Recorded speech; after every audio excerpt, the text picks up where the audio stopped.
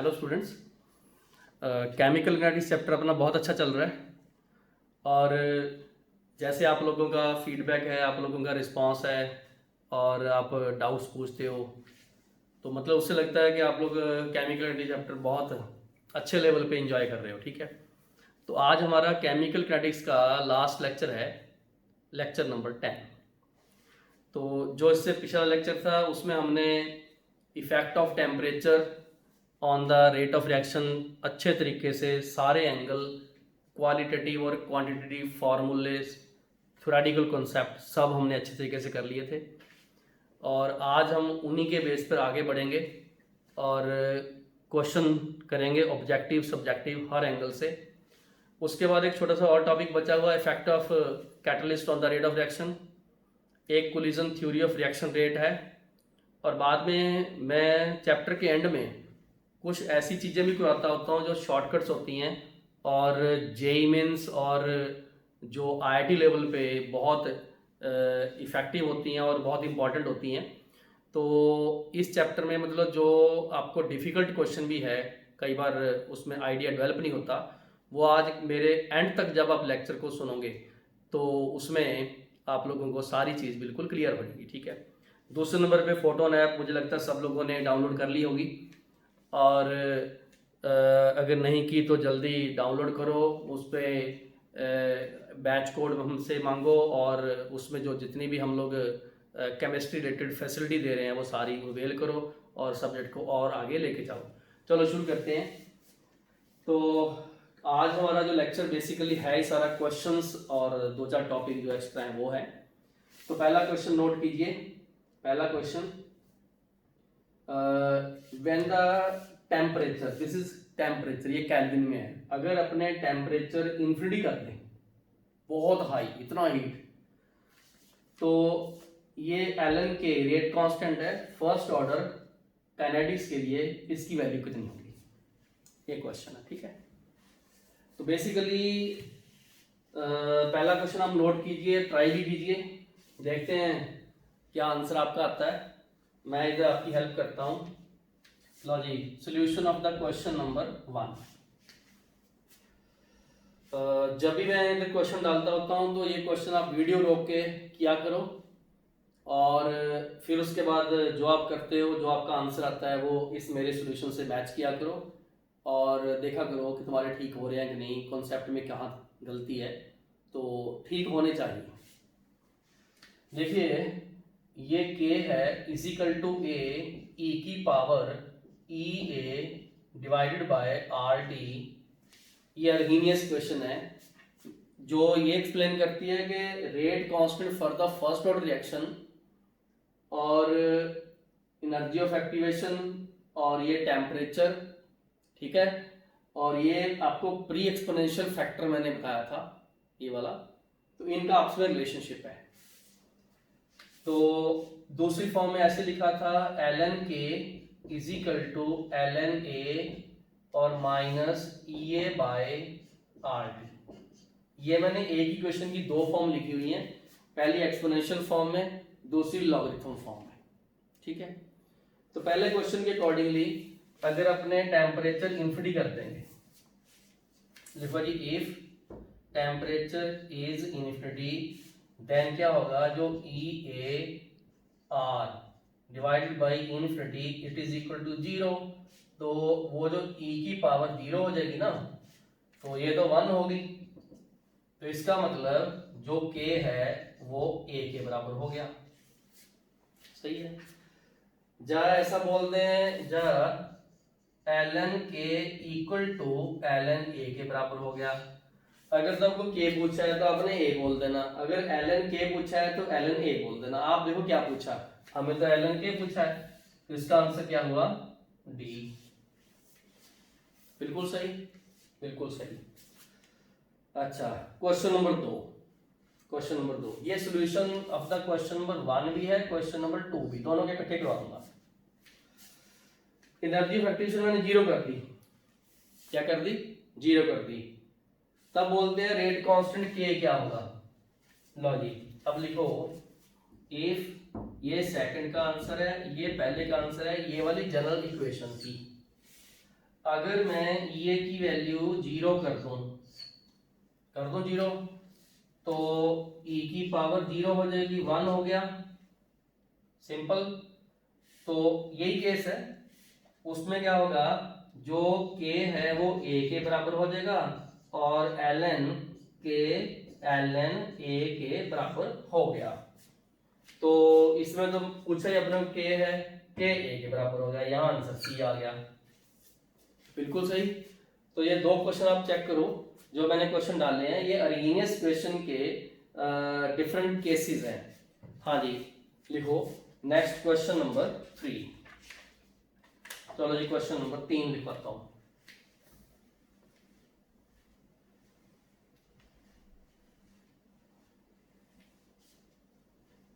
Low ji question number 3,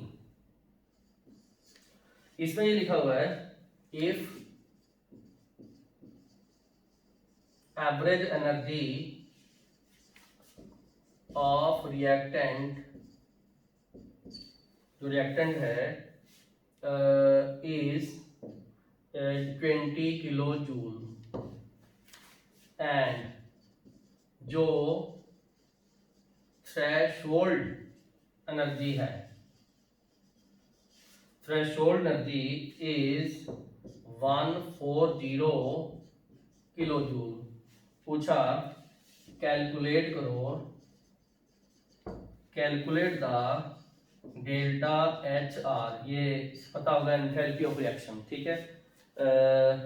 if जो energy of activation backward is equal to 80 kilo joule, ठीक है। तो मैं आपको ऑप्शन देता हूं, ए ऑप्शन है 20 किलो जूल, बी ऑप्शन है 40 किलो जूल, सी ऑप्शन है इसमें 60 किलो जूल, डी ऑप्शन है -40 किलो जूल, ठीक है। चलो जी करते हैं, स्टेटमेंट लिख दी। लो जी अब क्वेश्चन नंबर 3 करते हैं, इसका सॉल्यूशन आप करो ट्राई एक बार। लो जी solution of the question number 3, इसके वो जो हमने ग्राफ बनाया था उसके बेस पर चलेगा ये लो, ये है एवरेज एनर्जी ई एवरेज, उसके बाद ये अपने देखेंगे यहां पर है ई थ्योरेटिकल, ऐसे ई थ्योरेटिकल, ठीक है। एवरेज एनर्जी दे रखी है इन्होंने 20 किलो जूल, थ्रेशोल्ड वैल्यू है ये वाली 140 किलो जूल।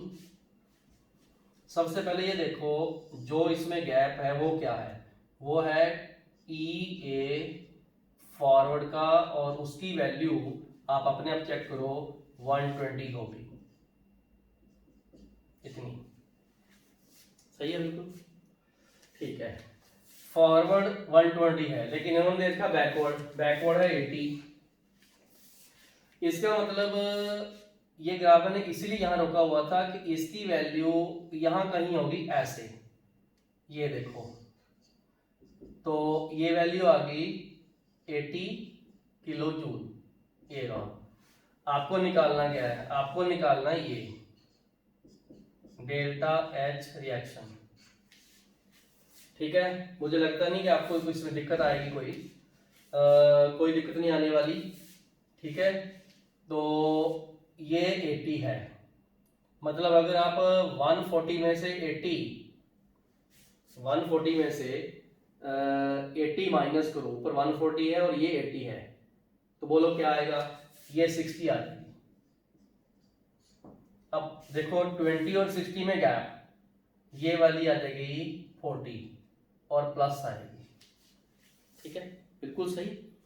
लो जी वैसे भी एक और तरीका अपने पास है, वेरी सिंपल मेथड, वो क्या है, देखो ये फॉरवर्ड में से अगर अपने ये बैकवर्ड माइनस करें तो वो डेल्टा एच रिएक्शन आता है। फॉरवर्ड देखो हमें बैकवर्ड दिया हुआ था 80, फॉरवर्ड अपने इंडायरेक्टली निकाला, ठीक है। मतलब कभी भी आपको ये फॉरवर्ड निकालना हो तो ई थ्योरेटिकल माइनस ई एवरेज निकाल लिया करो। ये वैल्यू मैंने जैसे 140 है, ये वैल्यू 20 है, तो इधर मेरे पास 120 आ गया, मैंने इस 120 को यहाँ रखा और ऑटोमेटिकली आंसर प्लस में आया। मतलब यहाँ पर 40 प्लस में भी है, 40 माइनस में भी है, तो इसका आंसर बी हो गया। और क्योंकि ये एंडोथर्मिक है, ठीक है ना, ये प्लस में है तो ये क्या है, एंडोथर्मिक है, इसलिए हमने ये कॉन्सेप्ट लगाया। स्टेटमेंट को फिर से पढ़ लेना, ग्राफ को माइंड में रखो, उसके जो डिफरेंट कंपोनेंट्स है जैसे एवरेज, थ्रेशोल्ड, और ये उसका ये जो ये चीज है ये ईपी है, प्रोडक्ट। तो ये वाला जो है, ये वाला ये फॉरवर्ड है और ये बैकवर्ड है, this is E A backward. अपने को एक तो ये देखी है, तो अपने थोड़ा दिमाग लगा के हमने सॉल्व कर लिया क्वेश्चन को। चलो जी क्वेश्चन नंबर 4 क्वेश्चन करते हैं।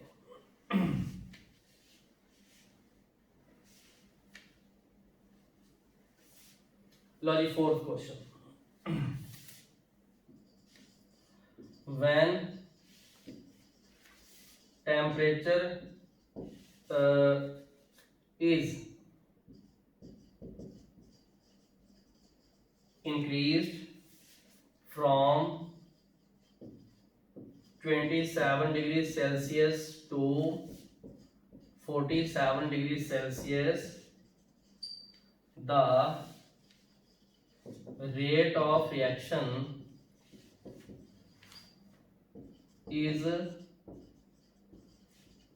quadrupled। तो बोलते कैलकुलेट करो the energy of activation for the forward reaction in first order reaction. First order reaction में हमने एनर्जी ऑफ एक्टिवेशन कैलकुलेट करनी है।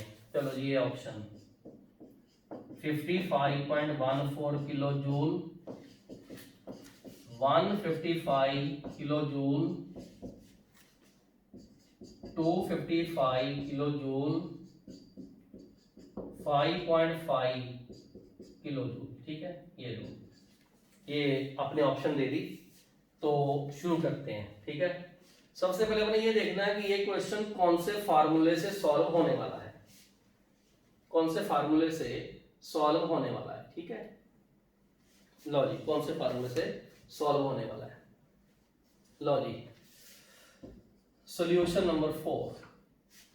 लो बटे हमें पता है कि जो log K2 है by K1 is equal to E A divided by 2.33 R, और यहाँ क्या लिखा था T2 माइनस T1 जो डेल्टा T था, divided by T1 into T2 ये था।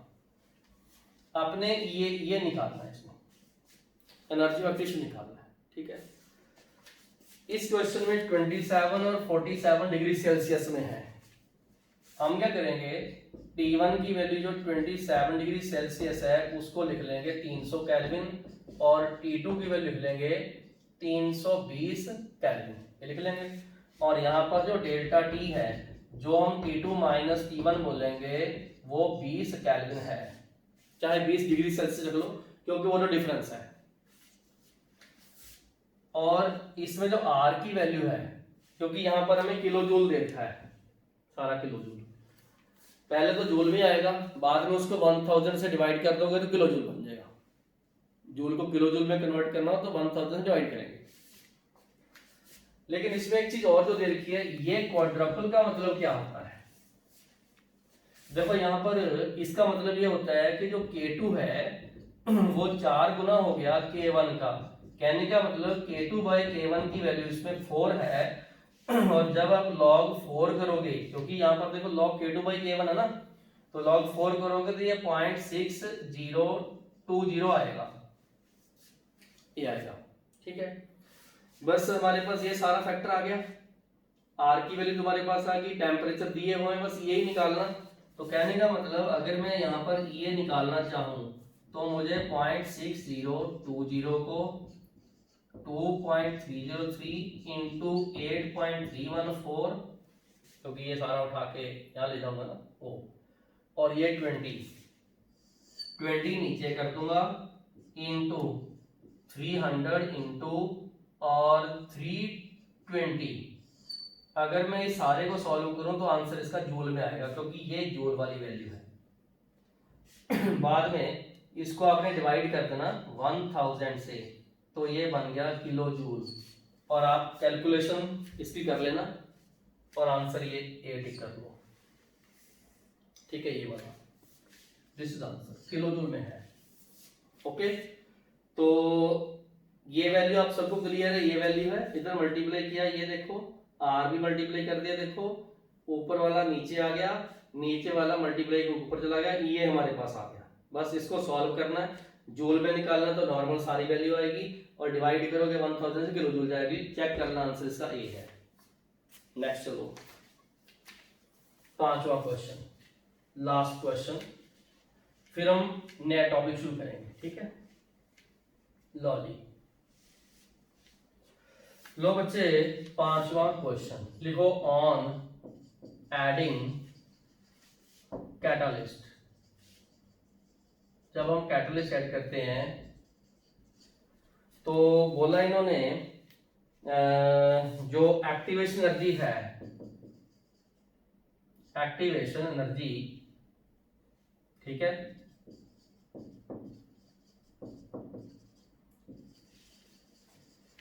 Activation energy decrease by 2.0 kilo calorie with respect to uncatalysed, मतलब जिसमें कैटलिस्ट नहीं ऐड किया, uncatalysed reaction at 27 degree Celsius in first order reaction. बोलता है कैलकुलेट क्या करो, ये लो, calculate the number of times the rate is increased. कितने गुना रेट इंक्रीज होगा। चलो जी, मैं लिख देता हूं, इसमें लिख देता हूं 56 टाइम्स, 28 टाइम्स, ठीक है, और 100 टाइम्स, ठीक है, उसके बाद 10 टाइम्स। कितने गुना रेट बढ़ेगा। लो जी, ये क्वेश्चन करते हैं अभी। सॉल्यूशन 5 क्वेश्चन करते हैं, ठीक है। लो जी, करते हैं क्वेश्चन अभी। लो बच्चे, कैटालाइज्ड और अनकैटालाइज्ड रिएक्शन में हमने ये वैल्यू क्या चीज है, हमें पता है EA फॉरवर्ड और EA फॉरवर्ड जो है, जो कैटालाइज्ड है उसमें ये ज्यादा है, क्योंकि जब कैटालिस्ट ऐड करते हैं तो एनर्जी एवोल्यूशन कम होती है। जो इधर डेल्टा E है, EA मतलब difference of the energy activation, वो बेसिकली EA माइनस EAC है। कैटालाइज्ड वाले की जो एनर्जी कम है वो इसमें से माइनस करनी, और वो हमें 2.0 किलो कैलोरी दे रखी है। हम इसको 2.0 इंटू 3 कैलोरी लिख देंगे, ठीक है। जब भी मैं ये बोलते हैं नंबर ऑफ टाइम्स, कितने गुना, तो हमने बेसिकली K2 बाय K1 ये निकालना होता है, ठीक है। टेम्परेचर अपने दे रखा है 27 डिग्री सेल्सियस, जो 300 केल्विन है, ठीक है। हमें पता है कि जो लॉग K2 बाय K1 है वो डेल्टा EA जो चेंज डिफरेंस है, और 2.303 R और यहां पर T के बराबर है। ये फॉर्मूला अपने को याद है, पिछले वाले लेक्चर्स में ये फॉर्मूले मैंने ड्राइव करके आपको बता दिए थे, ठीक है। अब अल्टीमेटली मुझे K2/K1 निकालना, पहले तो मैं इसका एंटी लॉग लूंगा। कहने का मतलब ये हुआ कि मुझे अल्टीमेटली क्या करना है, जब मैंने K2/K1 निकालना है तो मैंने अल्टीमेटली एंटी लॉग निकालना। किसका एंटी लॉग? ये लो, लिख लो, ये लॉग है, एंटी लॉग निकालना डेल्टा E का, वो तो 2 है, इंटू 10⁻3, नीचे आ गया 2.303। अब आई बात R की। R जब ये कैलोरी में है तो R की वैल्यू हम 2 लेते हैं। यहां लिख लो, R की वैल्यू हम अप्रोक्सीमेटली 2 कैलोरी पर केल्विन पर मोल लेते हैं। बाकी टेम्परेचर वो हमें दिया हुआ है 300, ठीक है। और ये सारी वैल्यू मैंने पुट कर दी। जब आप इनका सॉल्व करने के बाद एंटीलॉग लोगे, वो देखो एंटीलॉग आपको आना चाहिए, ठीक है। तो ये वैल्यू आप चेक कर लेना, ये अप्रोक्सीमेटली 28 टाइम्स के पास आएगी, और चेक कर लेना खुद। ये लो, ये आया इसमें 28 टाइम्स का आंसर है, ठीक है। तो इस तरीके से अपने जो लास्ट लेक्चर में फॉर्मूले ड्राइव किए थे वो हमने सारे के सारे कर लिए, ठीक है। लो बच्चे, ये टॉपिक खत्म हुआ। अब हम लोग कुछ ऐसे और फॉर्मूले भी करते हैं जो हमारे काम के हैं, और डिफरेंट टाइप के क्वेश्चंस जब आते हैं तो उसमें लगाने होते हैं वो, ठीक है। पहले मैं वो आपको करवा दूं, लॉजिक। उसके बाद हमने इफेक्ट ऑफ कैटलिस्ट और कोलिजन थ्योरी ये करने हैं। लॉजिक, सबसे पहले ये फॉर्मूला कहां से आया? लिखो जी, आप लिखो सम फॉर्मूले एंड ये लिख लो स्पेशल केसेस, या ऐसे लिख लो ट्रिक्स, ये, ठीक है। Okay, number 1, T12 versus initial concentration, जिसको हम लोग बहुत बार, आपको याद होगा, ऐसे R लिख के नॉट लिख देते हैं और A लिख देते हैं। इनका रिलेशनशिप क्या है, ठीक है। T12 और इनिशियल कंसंट्रेशन का रिलेशनशिप क्या है, ठीक है। क्लियर हो गया। मैं आपको एक चीज बता दूं, देखो जब n की वैल्यू 0 है तो जो T12 है वो डायरेक्टली प्रोपोर्शनल टू R0 के बराबर, या ऐसे A के बराबर लिख दो, ठीक है। जब n की वैल्यू 1 है तो T12 इंडिपेंडेंट है, ठीक है, समझ लिया। और पते की बात और बता दूं, n = 2। अगर सेकंड ऑर्डर है तो T12 ये इनवर्सली प्रोपोर्शनल टू A हो जाएगा। हाँ जी, क्या हो जाएगा?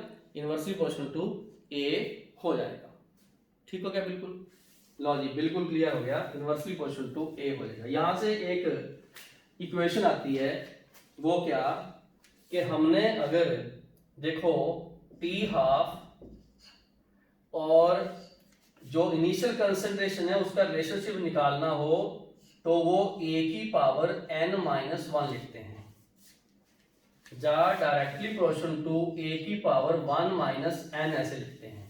ये आप रिलेशनशिप नोट कर लो, ये हाफ लाइफ पीरियड का इनिशियल जो कंसंट्रेशन है उसके साथ रिलेशनशिप है। आप चेक कर लो, n की वैल्यू इसमें 0 भर के देखो, आगे डायरेक्टली प्रोपोर्शनल।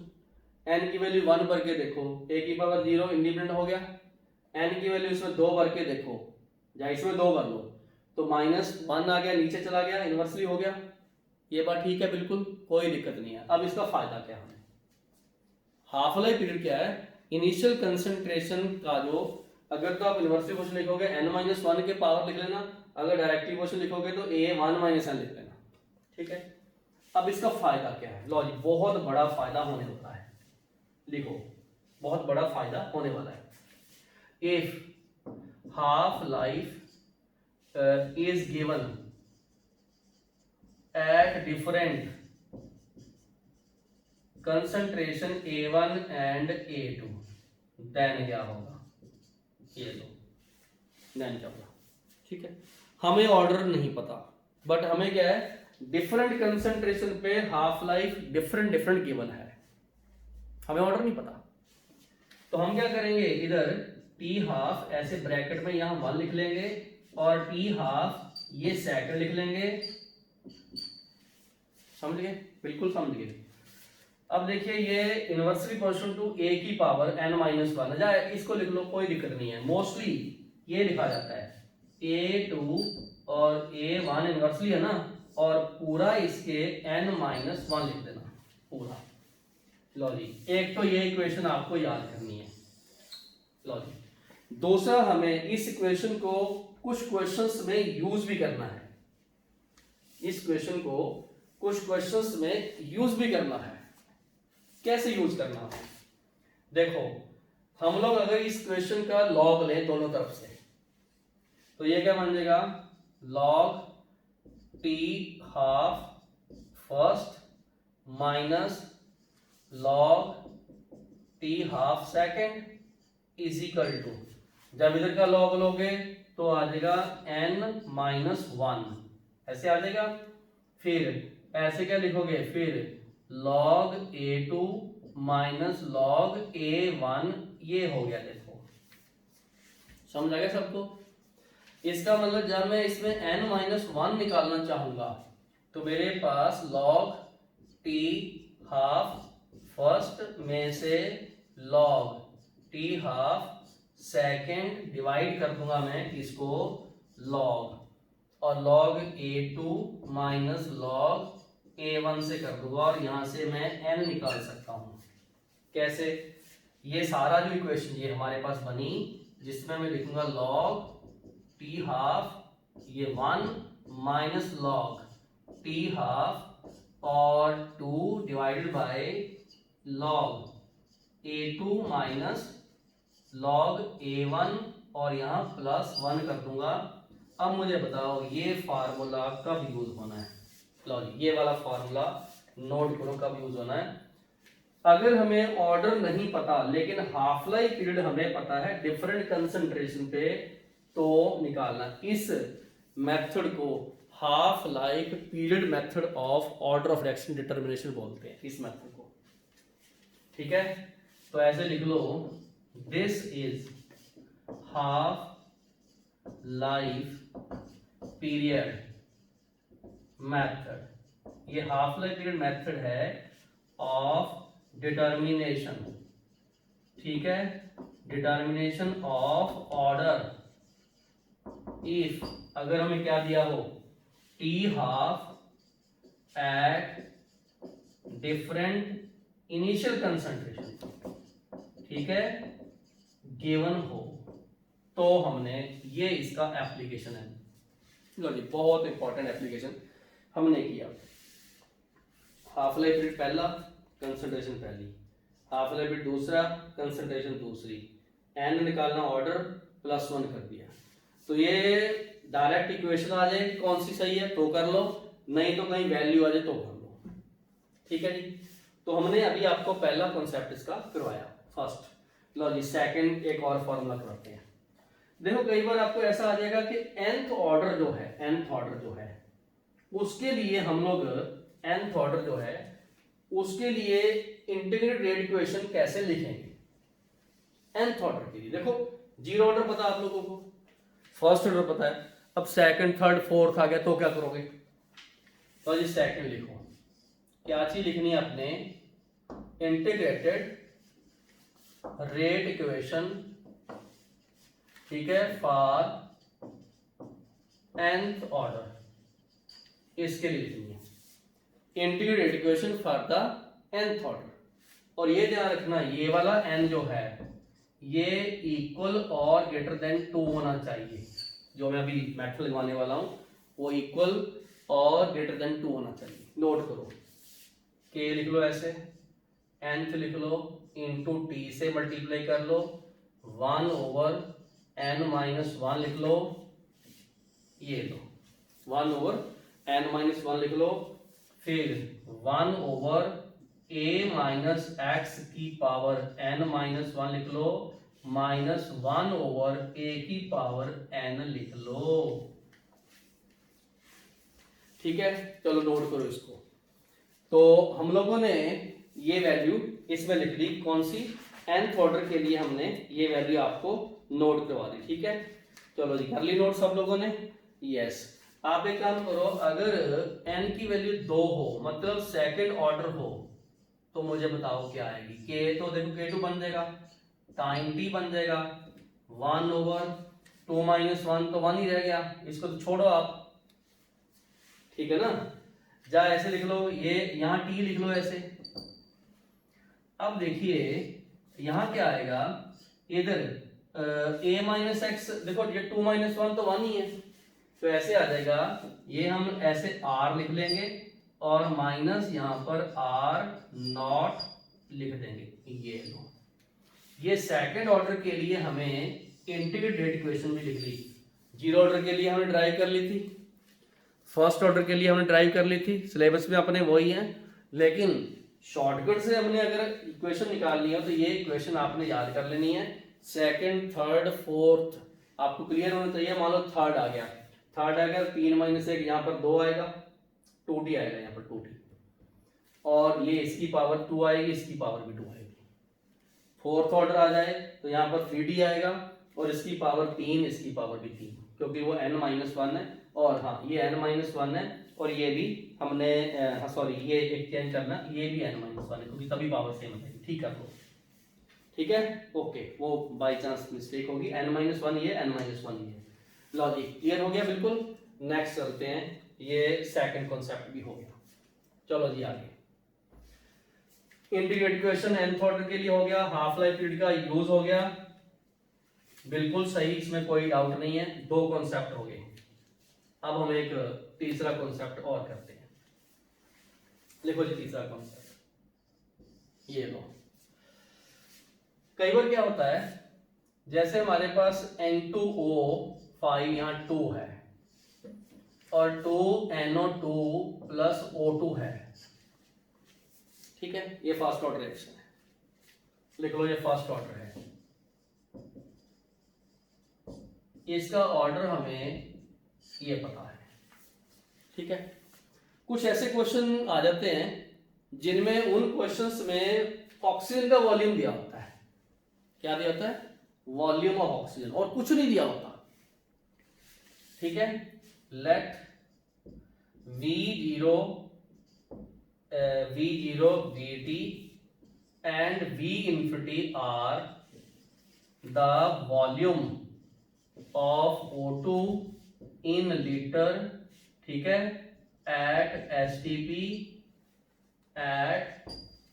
पर है T0 time t and time infinity पे ये दिया हुआ है। ये लो, फिर क्या करोगे? फर्स्ट ऑर्डर है। देखो अगर हमें N2O5 के मोल दिए होते तो हम ले लेते A, उसमें से रिएक्ट कर गए, ये माइनस x हो गए, फिर तो कोई दिक्कत नहीं था। तो हमने क्या करना है, ऐसे K is equal to 2.303 divided by T लिख के सबसे पहले तो हमने वही काम करना, कौन से वाला, A by A minus X formula लिख लेना है। बट क्या है, इस फॉर्मूले में तो A तो मतलब रिएक्टेंट और x मतलब इसके टूटे, लेकिन ये दिया हुआ अपने volume 0 and VT and V infinity दिया हुआ है। ये बात समझ गए ना? ठीक है, इसको रिलेट कैसे करना है, मैं अलग कलर से पेन यूज करके अलग कलर से आपको हाईलाइट करूंगा, ये ध्यान रखना। ठीक है, अलग कलर से। लो बच्चे सुनो ध्यान से क्या चीज है। जब ये चीज दे रखी है इन्होंने कि V0 तो आपने ये लिखना टाइम t0 पे तो V0 तो 0 ही रहेगा। ये लो 0 ही रहेगा। वो क्यों? इनिशियल टाइम 0 है, ये रिएक्ट नहीं करा, ऑक्सीजन तो बना ही नहीं, ऑक्सीजन तो बना ही नहीं, वो 0 रहेगा। ठीक है, अच्छा जब ये पूरा रिएक्ट कर जाएगा, पूरा रिएक्ट कर मतलब इन्फिनिटी टाइम पे, जब टाइम इन्फिनिटी आ जाएगा तो जो N2O5 कंप्लीटली रिएक्ट कर जाएगा, देन जो O2 है वो होगी मैक्सिमम, मतलब वो V इंफिनिटी होगी, और जहां वर्ड मैक्सिमम आ जाए उसको हम A मानते हैं। वो क्योंकि इसका शुरू में मैक्सिमम अमाउंट था, अब पूरा रिएक्ट कर गया तो फिर ये मैक्सिमम बन गया, तो अल्टीमेटली हमने A की जगह V इंफिनिटी रख देना। ये बात समझ रहे हो? A की जगह V इंफिनिटी रख देना, ये बात आप समझ चुके हो, ठीक है। उसके बाद क्या है, जो VT है वो क्या चीज है, देखो एट टाइम T x, ए नहीं x ऑफ N2O5 रिएक्ट। अच्छा, जितना ये रिएक्ट करेगा टूटेगा उतना O2 बनता जाएगा, मतलब इसका टूटना इसके O2 के बराबर है, इसका टूटना इसके O2 के बराबर है। इसका मतलब हम इस x को VT ले लेंगे, हाँ जी x को ले लेंगे VT, जितना टूटता जाएगा उतना O2 बनता जाएगा। हमने इसके x को VT लेना, मतलब किसी टाइम t पे जितना x टूटा उतना इसका VT बनता जाएगा, volume of O2 at time t। Very simple, A की जगह पे V इंफिनिटी रख दो, x की जगह पे VT रख दो। V0 का कोई रोल ही नहीं है इसमें, वो क्यों नहीं है, O2 तो बना ही नहीं। तो हमने इसी क्वेश्चन में एक माइनर सा चेंज करना है, मैं यहीं इसी के ऊपर ही करूंगा। क्या चेंज करूंगा, लो जी, इसी क्वेश्चन में मैंने यहां पर चेंज करना क्या, A की जगह पे मैंने V इंफिनिटी रखना है, और A की जगह V इंफिनिटी और x की जगह पे VT रखना। तो मैंने ये मॉडिफाइड कर दी इक्वेशन इसके लिए, तो ये बन गई मॉडिफाइड इक्वेशन बन गई, समझ गए, क्या बन गई, मॉडिफाइड इक्वेशन, ठीक है। तो क्वेश्चन में जैसा कॉन्सेप्ट आता है हमने उसी तरीके से इसको स्विच करना है। ये तीसरे का ए पार्ट था, ए लिख लो, तीसरे का ही एक बी पार्ट है, वो क्या है लिखाता हूं, वो भी तीसरे का बी पार्ट लिखो जी। पहले क्या होता है, हाइड्रोलाइसिस होता है, किसका, एस्टर का, ये लो RCOR है, और हाइड्रोलाइसिस आपको पता है H2O एक्सेस में करते हैं, उसके बाद बना एसिड और फिर बन गया alcohol.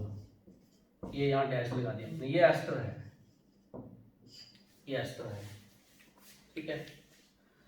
Hydrolysis ester in excess of water is a first order kinetic, ये फर्स्ट ऑर्डर है, बोलो क्या है, फर्स्ट ऑर्डर है, ठीक है। जैसे जैसे इसका हाइड्रोलाइसिस होगा तो प्रोडक्ट में एसिड बनता जाएगा, ये लो, तो प्रोडक्ट वाली साइड सॉल्यूशन बना हमारे पास एसिड बनता गया, द सॉल्यूशन मतलब जो प्रोडक्ट साइड बना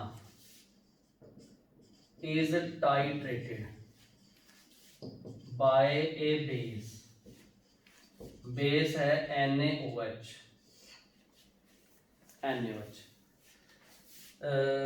the volume of which V0, VT and V infinity are given, then क्या होगा, ठीक है, देन क्या होगा। लो जी, हमें अब तो क्या करेंगे, पहले एस्टर का फर्स्ट ऑर्डर का इक्वेशन लिख लेंगे, K is equal to 2.303 divided by T log A by A minus x लिख दी मैंने। देखो बेटा, अब पूरे ध्यान से समझो, जब एस्टर हाइड्रोलाइज ही नहीं हुआ T0 पे, तो V0 तो 0 होगा, वो क्यों, इसका हाइड्रोलाइज हुआ नहीं, एसिड अभी बना नहीं, एसिड बना नहीं तो NH का यूज कैसे हो जाएगा, N1 V1 N2 V2 से, तो बेस तो यूज ही नहीं होना, क्योंकि बेस तो एसिड के साथ रिएक्ट करेगा ना, एसिड बनेगा तो ये यूज होगा। V0 इसमें 0 है, 0 समझ गए, क्योंकि एसिड ही नहीं बना तो बेस कहां से आ गया। ठीक है, बात समझिए। जब टाइम t इन्फिनिटी है, सारा एस्टर हाइड्रोलाइज हो गया, मैक्सिमम अमाउंट का एसिड बना, तो NaOH भी तो मैक्सिमम यूज होगा। ठीक है, तो इसमें क्या करना, इस केस में V इन्फिनिटी जो है अपने A ले लेना, वो हमने मैक्सिमम NaOH ले लेना, मैक्सिमम NaOH। कहने का मतलब एस्टर सारा खत्म, वो तो मैक्सिमम मतलब सारा खत्म, मैक्सिमम तो कंप्लीट है, पूरा एसिड बन गया। अगर इसके 2 मोल है, 2 मोल इसके बन गए, NaOH के 2 मोल बन गए, 2 ही मैक्सिमम रहेंगे। जब टाइम t है, इन्फिनिटी से कम है, इसका मतलब ये टाइम t जो है 0 से ग्रेटर है, इन्फिनिटी से कम है, ऐसे लिख देते हैं। तो जो NaOH है उसका वॉल्यूम Vt यूज होगा, बट वो x के बराबर होगा। क्यों? इसके 2 मोल में से मान लो 0.5 मोल हाइड्रोलाइज हो गए, तो 0.5 मोल इसके बनेंगे, तो 0.5 मोल NaOH के बनेंगे, यूज होंगे। वो तो x के अकॉर्डिंग होगी, जितना हाइड्रोलाइज होगा उतना एसिड बनेगा, और जितना एसिड बनेगा उतना ही NaOH यूज होगा। बन गई इक्वेशन फिर। इसका मतलब हम इस इक्वेशन में चेंज करेंगे, क्या लॉजिक, जो चेंज करेंगे वो मॉडिफाई कर देंगे उसमें, very simple. Logic k is equal to 2.3 divide by t log, ये जो a है, a बेटा इसमें v इन्फिनिटी है, अब यहां भी तो यही है ना, v इन्फिनिटी माइनस vt, और ये ध्यान रखना इसमें जो v है ये वॉल्यूम ऑफ द NaOH है, जो हमें टाइट्रेशन के दौरान एसिड को न्यूट्रलाइज करने में यूज किया था, न्यूट्रलाइज किया था। ठीक है, ये फॉर्मूला भी आ गया, बिल्कुल परफेक्ट, कोई दिक्कत नहीं है। चौथा केस करो जी, ये उतारते जाओ, फोर्थ केस करो। ठीक है, फोर्थ केस करते हैं अपने। लो जी देखो, कई बार क्या होगा, कुछ रिवर्सिबल रिएक्शंस होंगी आपके, रिवर्सिबल रिएक्शंस। ठीक है, रिवर्सिबल रिएक्शंस मैं समझाता हूं, तो आपको पता होना चाहिए रिवर्सिबल रिएक्शंस में क्या होता है। लिखो जी, फॉर रिवर्सिबल रिएक्शंस, जैसे मान लो ये एक रिएक्टेंट है, इधर प्रोडक्ट है, फॉरवर्ड भी जाता है, बैकवर्ड भी जाता है। ऐसे फॉरवर्ड का रेट है k फॉरवर्ड, बैकवर्ड का रेट है k बैकवर्ड। ठीक है,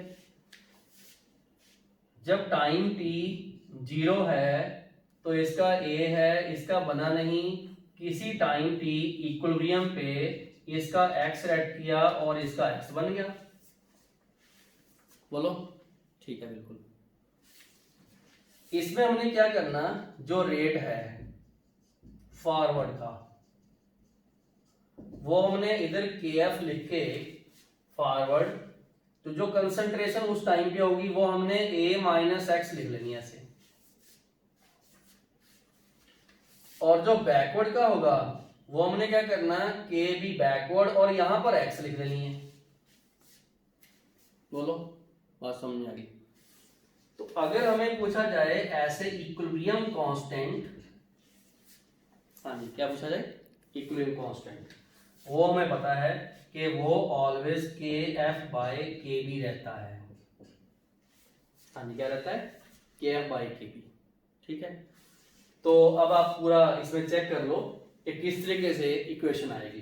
ठीक है, तो ये हमने देखो बहुत सिंपल है, kf बाई kb। देखो अगर आप इक्विलिब्रियम पे इसकी इक्वेशन लिखोगे, जा ऐसे देखो, kf a minus X is equal to kb into X, तो यहाँ पर kf बाय kb लिखोगे ऐसे ना, तो यहाँ x by a minus x आ जाएगा। लो जी, x divided by a minus x, ये फॉर्मूला हम लोग लगा सकते हैं। ये बात समझ में आ गई? कोई दिक्कत नहीं है, वेरी सिंपल। चलो आगे, एक पांचवा कॉन्सेप्ट और करवाता हूं। ये लो, ये इक्विलिब्रियम कांस्टेंट का kf kb और x माइनस के साथ है, इसमें कोई ऑर्डर नहीं है, बस सिंपल इसमें kf और kb वाला कॉन्सेप्ट है। कुछ ऐसी रिएक्शंस होती हैं जो स्टेप वाइज होती हैं, कुछ ऐसी रिएक्शंस जो स्टेप वाइज होती हैं, स्टेप वाइज होती हैं। हाँ जी, कैसे होती हैं? स्टेप वाइज होती हैं। सम रिएक्शंस, कुछ ऐसी रिएक्शंस हैं which occurs in stepwise mechanism, इसको बोलते हैं consecutive reactions, ऐसे बोलते हैं इसको, समझ गए? ये बोलते हैं जैसे पहले ए है वो बी में चेंज हो गया, बी वाला सी में चेंज हो गया, इसका रेट कांस्टेंट K1 है और इसका रेट कांस्टेंट K2 है। टाइम की जीरो पे ये A है, ये बना नहीं, ये कैसे बनेगा जब ये ही नहीं बना? किसी टाइम पे ये A माइनस एक्स बनेगा और इसका फिर x बनेगा, उस x का आगे y रिएक्ट करेगा और ये फिर y रिएक्ट करेगा, क्योंकि A में से तो x रिएक्ट कर गया ये, और जो x का उसमें से आगे y आगे चला गया, y आगे चला गया। ठीक है, अब देखिए एक चीज देखनी है अपने, अगर तो देखो K2 की वैल्यू ज्यादा है फिर तो ये अभी x से 0 हो जाएगा, वो तो y फटाफट ऐड करता जाएगा। मोस्टली होता क्या है, ये K1 K2 से ज्यादा होता है, ये x ज्यादा बनेगा क्योंकि इसका रेट फास्ट है K1 का, ये पहला फास्ट स्टेप है और ये वाला स्लो स्टेप है। इसका मतलब ये बनता जाएगा B, लेकिन वो आगे कम जाएगा तो ये B जमा हो जाएगा, जमा हो जाएगा। इस केस में हमें कुछ ऐसी चीजें पूछ लेते हैं कि आप टाइम मैक्सिमम निकालो, वो टाइम निकालो जिसपे B मैक्सिमम होगा, आप टाइम वो निकालो जिसपे B मैक्सिमम होगा। ठीक है, तो ये चीज हमने देखनी है जिसपे इसको सीरीज रिएक्शन भी बोलते हैं, जिसमें हमने ये देखना है कि मैक्सिमम टाइम निकालो। चलो जी, ठीक है, लो जी, टी मैक्सिमम देखना आपने, टी मैक्सिमम मतलब at which B is maximum is equal to, ठीक है, तो ये आप लिख लो 1/, ज्यादा कौन सा K1 ही ज्यादा ना, K1 में से K2, फिर इधर लिख लो log, और ज्यादा कौन सा K1 ऊपर K2 नीचे, ये फॉर्मूला इस पे नोट कर लो, ये लो, ठीक है। लो जी, ये है सारे फर्स्ट ऑर्डर, इसमें हमने बेसिकली फर्स्ट ऑर्डर दो जगह पे लगाना होता है। ठीक है, तो ये बस इतना ध्यान रखो, बड़े में से छोटा माइनस करना और ऊपर बड़ा नीचे छोटा, बस सिंपल सा फंडा, वो टाइम इसका ये मैक्सिमम हो गया। ओके, बिल्कुल कोई दिक्कत नहीं है, वेरी इजी है। नेक्स्ट चलते हैं, चलो जी नेक्स्ट चलते हैं। सिक्स्थ एक और करता हूँ, सिक्स्थ, लो जी सिक्स्थ करता हूँ, ठीक है, सिक्स्थ एक कॉन्सेप्ट और करता हूँ, ये लो सिक्स्थ कॉन्सेप्ट क्या है वो देखो, मैंने इधर k = a और e की पावर e a इक्वेशन पहले आपको करवाई हुई है, और ये अर्हीनियस इक्वेशन है, एक कैपिटल कर दो इसमें, साइंटिस्ट का नेम है, और फर्स्ट ऑर्डर के लिए अर्हीनियस इक्वेशन है, समझ गए? बिल्कुल समझ गए, ठीक है, फर्स्ट ऑर्डर के लिए। कई बार फर्स्ट ऑर्डर रिएक्शन इक्विलिब्रियम में होती है, इफ इक्विलिब्रियम या रिवर्सिबल रिएक्शन, जैसे R है, ये इधर है और यहां पर ये प्रोडक्ट है, देखो होगा क्या, इसका हम KF लिखेंगे फॉरवर्ड, इसका A फॉरवर्ड लिखेंगे और energy of activation B forward लिखेंगे, बैकवर्ड का KB लिखेंगे, उसकी A बैकवर्ड लिखेंगे और उसकी भी A बैकवर्ड लिखेंगे, ऐसे सही है ना? बिल्कुल बिल्कुल सही है। तो नोट कीजिए इसमें जो के एफ है वो ए एफ और ई की power E a forward divide by R D आएगा, और यहां पर जो के बी है वो ए बी ई की पावर ई ए बैकवर्ड बाय आर टी आएगा। ये मेरे पास दो इक्वेशन आ गई, पहली और दूसरी, दो इक्वेशन आ गई। ठीक है, इसके फायदे बताऊंगा क्या है। फायदे, सबसे पहले के इक्विलिब्रियम कांस्टेंट, वो हमें पता है के फॉरवर्ड बाय के बैकवर्ड होता है, सही है, के फॉरवर्ड के बैकवर्ड। अब क्या है, दोनों डिवाइड करूंगा पहले, लो जी, के और फॉरवर्ड तो आ गया, a forward divided by a backward into, अब यहां क्या लिखूंगा, ई की power E a forward divide by R T E की power E a forward divide by R T. ये तो माइनस है, ऊपर जाके प्लस हो जाएगा क्योंकि सिर्फ बेस है ना, जाके प्लस हो जाएगा। इसको सॉल्व कर लेंगे और इसका फायदा बताऊंगा क्या। इससे हम लोग डेल्टा जी रिएक्शन निकाल सकते हैं जो कि 2.303, ठीक है, आर टी लॉग के इक्विलिब्रियम का फॉर्मूला होता है। ये थर्मोडायनामिक्स +1 में किया हुआ, मतलब आप ये निकाल के यहाँ रख लेना और इसके हम लोग कॉन्सेप्ट को अप्लाई कर सकते हैं। चलो ये भी नोट कर लो, बोलो बिल्कुल ठीक है, कोई इशू नहीं है, बिल्कुल ठीक है। तो मैंने आप लोगों को जितने भी मैक्सिमम कॉन्सेप्ट हैं ये अभी करवा दिए, ठीक है। एक 7वां कॉन्सेप्ट है, जस्ट वो ग्राफ रिप्रेजेंट करने का कॉन्सेप्ट है, करवा दूं वो भी, तो उसका आगे फायदा होगा। कई बार क्या होता है कि रिएक्शंस मल्टी स्टेप में होती हैं, मल्टी स्टेप में, तो उनकी एनर्जी ऑफ एक्टिवेशन वेरी करती है। लिख लो, if a reaction is complex and completed in multi steps, ठीक है, having ऐसे लिख लो डिफरेंट ई ए, उनकी एनर्जी फ्लक्चुएशन डिफरेंट होती है। जैसे मान लो मैं इसके आपको केसेस बताता हूँ, ये लो, इधर को प्रोग्रेस है, यहाँ पर वही पोटेंशियल एनर्जी है रिएक्शन की, ग्राफ ऐसा है,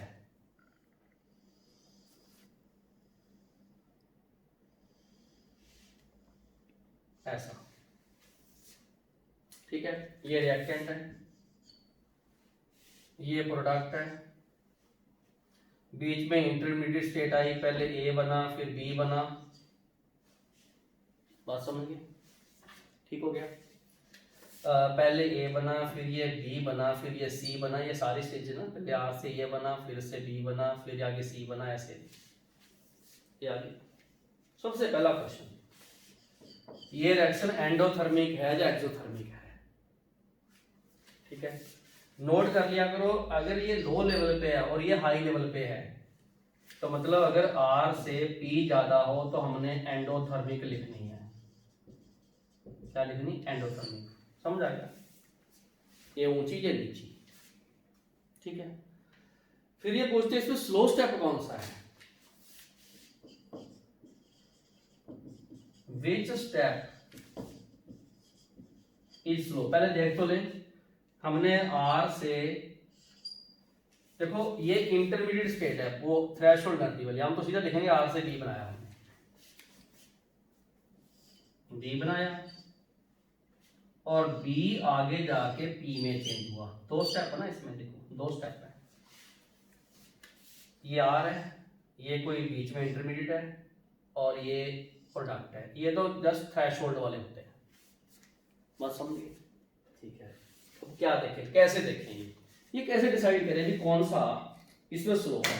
वेरी सिंपल, आप ये चेक करो कि यहां से लेके एनर्जी ऑफ एक्टिवेशन ये है और यहां से लेके एनर्जी ऑफ एक्टिवेशन ये है, ठीक है। इसकी एनर्जी ऑफ एक्टिवेशन EA1 है और इसकी एक्टिवेशन एनर्जी EA2 है, क्योंकि ये वाला स्टेप फर्स्ट है और ये वाला स्टेप सेकंड है। ग्राफ से क्या दिखा आपको? ग्राफ से ये दिखा ये वैल्यू हायर है। मैंने आपको एक चीज बताई, जिसकी एनर्जी ऑफ एक्टिवेशन, हाँ जी फिर से सुनो, जिसकी एक्टिवेशन एनर्जी हाई होती है वो रिएक्शन स्लो होती है, स्लो, और जिसकी एक्टिवेशन थोड़ी होती है फास्ट हो जाती है। इसका मतलब ये वाला स्टेप स्लो हुआ और ये वाला स्टेप क्या हुआ? फास्ट। अच्छा ये तो पूछा विच स्टेप इज स्लो, मतलब कौन सा इसमें RDS है, समझ गए? कौन सा इसमें RDS है, ठीक है? दिस स्टेप इज RDS, ये रेट डिटरमाइनिंग स्टेप है। और यहां पर अगर अपने रेट लिखना हो तो K लिख के R ही लिखेंगे, क्योंकि यही स्लो स्टेप है। सिंपल, रेट आ गया इसका, ठीक है? एक ग्राफ और करो, चलो सेकंड एक और करो, सेकंड एक और करो। लो जी बी लिखो, ठीक है? ये देखो प्रोग्रेस हो रही, उसका मतलब क्या होता है? उसका मतलब रिएक्टेंट एंड में प्रोडक्ट में चेंज हुआ और यहां पर एनर्जी है। बोलो बात समझ गए? ये यहां से शुरू किया मैंने, ऐसे चला, ठीक है? क्लियर हो गया? फिर उसके बाद यहां से ऐसे चला, ऐसे जाने के बाद मैं यहां आ गया,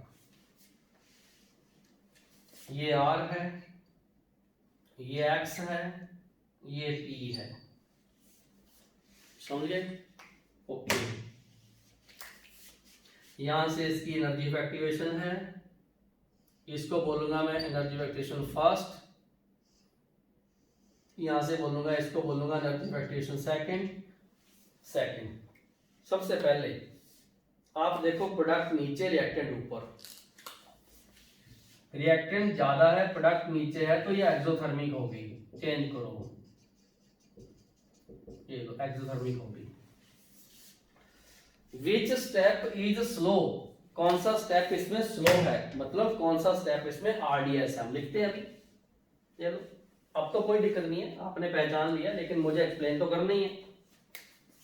पहले ये R X में चेंज हुआ, आगे वो X P में चेंज हुआ, ऐसा लिख दूं, ठीक है? इसको चाहिए एनर्जी ऑफ एक्टिवेशन EA1 और आगे इसको चाहिए EA2। EA2 ज्यादा है इसके 1 से, ये स्टेप इसमें स्लो है, ये वाला स्टेप फास्ट है।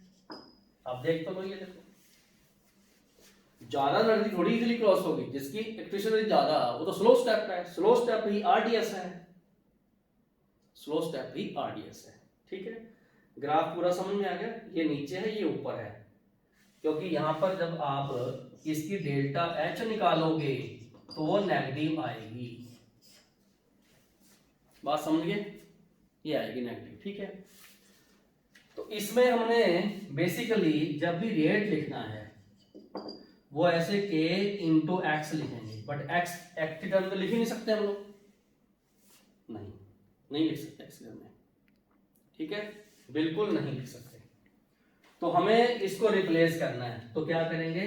देन X रिप्लेस कर दो बाय रिएक्टेंट और प्रोडक्ट की टर्म में, तो उसके बाद हम R को इसको मॉडिफाई कर लेंगे, वही तरीके जो हमने पहले इक्विलिब्रियम लगा के उसमें से X की वैल्यू निकाल के आगे पुट करते होते हैं, ठीक है? तो इस तरीके से हो जाएगा, ऐसा कुछ भी नहीं है। लो जी, ये हमने ग्राफ को कैसे पहचानना है ये काम हमने आज किया है। चलो जी नेक्स्ट टॉपिक लिखो, नेक्स्ट टॉपिक लिखो, effect of the catalyst on rate of reaction. लो जी लिखो, लो बच्चे नया टॉपिक है, थ्योरेटिकल टॉपिक है। लो जी, इफेक्ट ऑफ कैटलिस्ट, ठीक है, on the rate of reaction, क्योंकि हमने एनसीईआरटी का हर टॉपिक कवर करना। हालांकि जब मैंने आपको फैक्टर्स करवाए थे वहां भी कैटलिस्ट का इफेक्ट मैंने करवा दिया था, कैटलिस्ट होता क्या है, थोड़ा सा इधर काम करवा दो पहले। लो जी, सबसे पहले ऐसे लिखो, जो कैटलिस्ट है वो इंक्रीज करता है किसको, रेट ऑफ रिएक्शन को। करो नोट, अगर कोई सब्सटेंस रेट ऑफ रिएक्शन को कम करे, स्लो कर दे, इवन रिएक्शन को बंद कर दे, उसको इनहिबिटर बोलते हैं। यहां इनहिबिटर भी लिखना आपने। इफ रेट डिक्रीज, ये इनहिबिटर वो सब्सटेंस है जो रेट को कम करते हैं। ये बात ठीक है? ठीक है। लो जी, कैटलिस्ट के बारे में। कैटलिस्ट प्रोवाइड करता है, क्या प्रोवाइड करता है, सरफेस एरिया करता है। ठीक है, बिल्कुल सही है, कैटलिस्ट सरफेस एरिया प्रोवाइड करता है। एक चीज और लिख लो, it is required in small amount, ये थोड़े अमाउंट में चाहिए होता है with respect to reactant, reactant के कंपैरिजन में इसकी बहुत कम मात्रा चाहिए होती है, और पाउडर फॉर्म में ज्यादा इफेक्टिव होता है, ये बहुत थोड़ा चाहिए होता है। एंड कैटलिस्ट रीजनरेट होता है, मतलब रिएक्ट करके उसके बाद वापस आ जाता है। ये कुछ बातें मैंने इधर लिखवा दी। यहां आ जाओ, KClO3 इसको हीट करो तो ये KCl में टूटेगा और O2 में टूटेगा। यहां 2 लगा दो और यहां 3 लगा दो। ये रिएक्शन नॉर्मल टेम्परेचर पे नहीं होती, जब बहुत स्लो होती है। हम इसमें कैटलिस्ट ऐड करते हैं MnO2। कौन से ऐड करते हैं? MnO2। ये ऑक्सीजन गैस की प्रिपरेशन में ये कैटलिस्ट है। ठीक है, तो पूछा था कैटलिस्ट एक्चुअल में करता क्या है। लो जी, वो चीजें हमें लिखनी है रखिए। What is the role of catalyst, लिखो जी। कैटलिस्ट क्या करता है? It decreases the energy of activation and provide low energy path, hence reaction, जो रिएक्शन होंगी वो बन जाएंगी क्या? फास्टर। ये लो, बस इतनी बात नोट करनी है। कैटलिस्ट के बारे में मोर देन सफिशिएंट है जो मैंने अभी आपको चीज बताई है। ठीक है, कैटलिस्ट के बारे में ये बात सफिशिएंट है, क्योंकि हम लोग NCERT ओरिएंटेड चलते हैं, तो हमने कैटलिस्ट के बारे में ये चीज सफिशिएंट है। ठीक है, इसके ऊपर हमने और कुछ नहीं करना। कैटलिस्ट डेल्टा G को इफेक्ट नहीं करता, वो मैं एक बार लिखवा दूं। Does not alter the delta G, नहीं करता। डेल्टा H को इफेक्ट नहीं करता, मतलब डेल्टा G को इफेक्ट नहीं करता, डेल्टा H को इफेक्ट नहीं करता, लेकिन ये एनर्जी ऑफ एक्टिवेशन को डिक्रीज करता है। ये एक बार फिर से अंडरलाइन करता हूं, सही है। लो जी, आगे चलते हैं। कैटलिस्ट का इफेक्ट जितने भी नॉन स्पॉन्टेनियस रिएक्शन है उसमें नहीं होता। एक बार वो भी लिखवा दूं, यहां लिख लो कि जो कैटलिस्ट है वो सिर्फ स्पॉन्टेनियस रिएक्शन को ही इफेक्ट करता है। लिखो जी, जो कैटलिस्ट है, catalyst increase the rate of spontaneous reaction, bracket में स्पेशल लिखो, बट नॉट नॉन स्पॉन्टेनियस। मतलब ये ध्यान रखना, कई बार ना ऐसे मन में क्वेश्चन आते हैं कि मान लो एक रिएक्शन नॉन स्पॉन्टेनियस है, हम उसमें कैटलिस्ट ऐड कर दें, वो स्पॉन्टेनियस बन जाएगी, वो तेज हो जाएगी। कभी नहीं होती। जो रिएक्शन ही नॉन स्पॉन्टेनियस है उसके कैटलिस्ट ऐड कर दो, फर्क ही नहीं पड़ना कोई। ये तो सिर्फ स्पॉन्टेनियस रिएक्शन जो होती है अपने आप, उनके रेट हम इंक्रीज करते हैं। लो जी, ये था कैटलिस्ट के बारे में।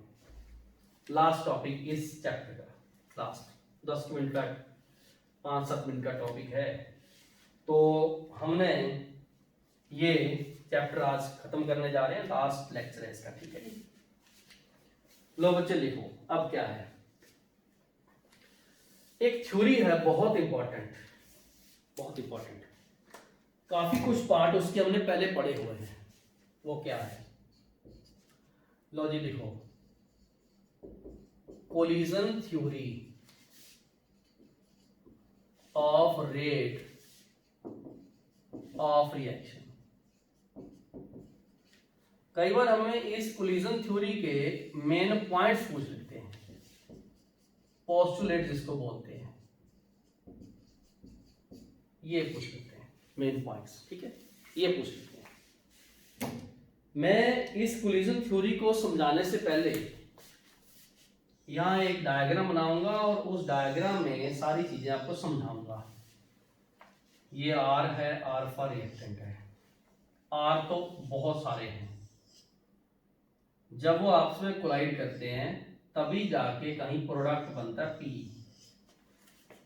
ठीक है। ये आर है, ये आर है, कोलाइड करते हैं तो जाके बनता है पी, पी मतलब प्रोडक्ट। ये ऐसे लिख लो, नोट कर लो, ठीक है, समझ लो ध्यान से, आराम से समझते जाओ।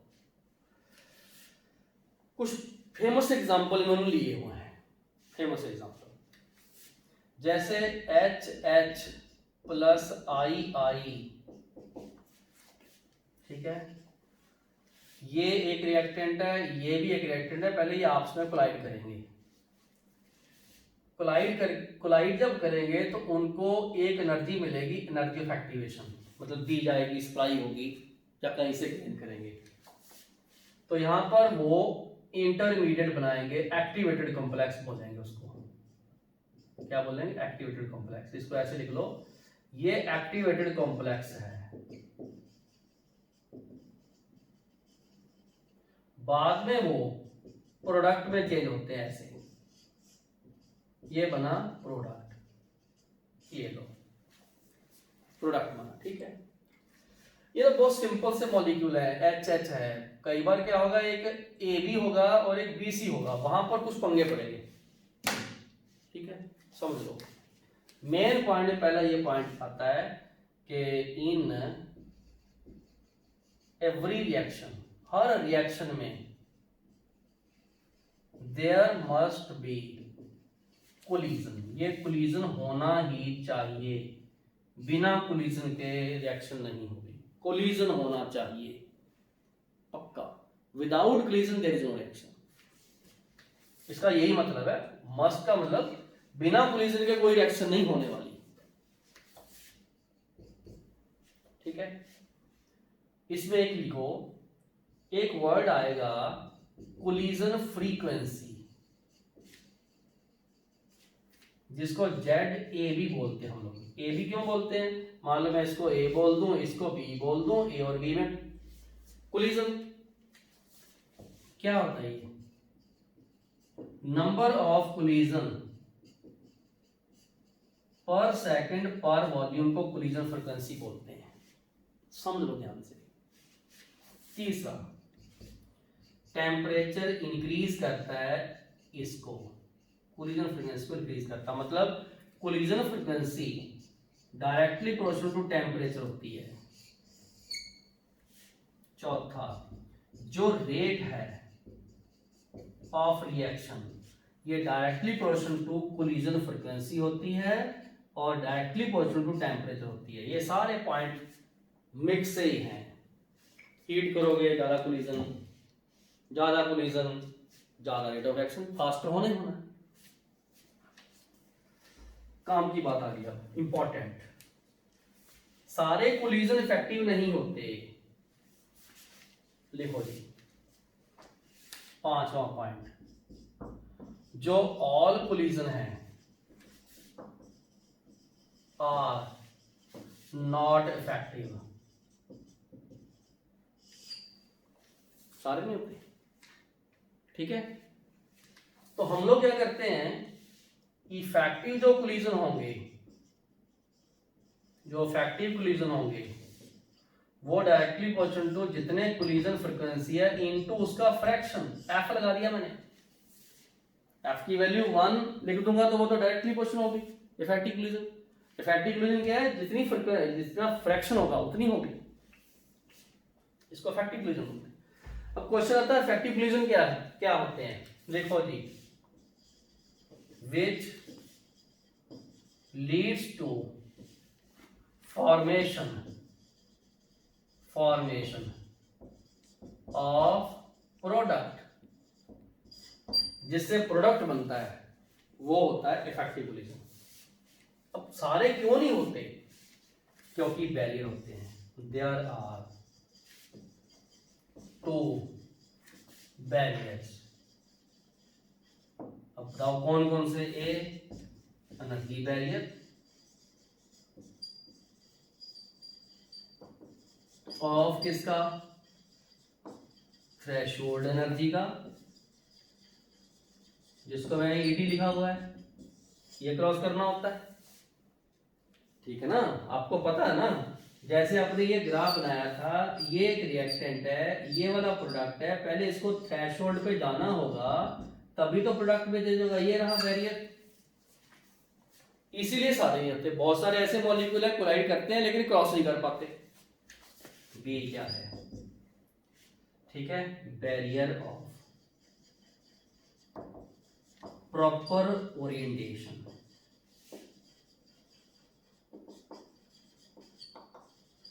ओरिएंटेशन प्रॉपर होना चाहिए। 2 बैरियर होते हैं, one is the barrier of energy, second is the barrier of proper orientation. Proper orientation में इसका कॉन्सेप्ट बताता हूं, ये क्या, एनर्जी वाला तो पता है अपने को, कोई डाउट नहीं इसमें। लो जी, क्या सीखना आप लोगों ने, देखो CO लिखा मैंने, यहां पर O2 लिखा, और यहां मुझे प्रोडक्ट चाहिए।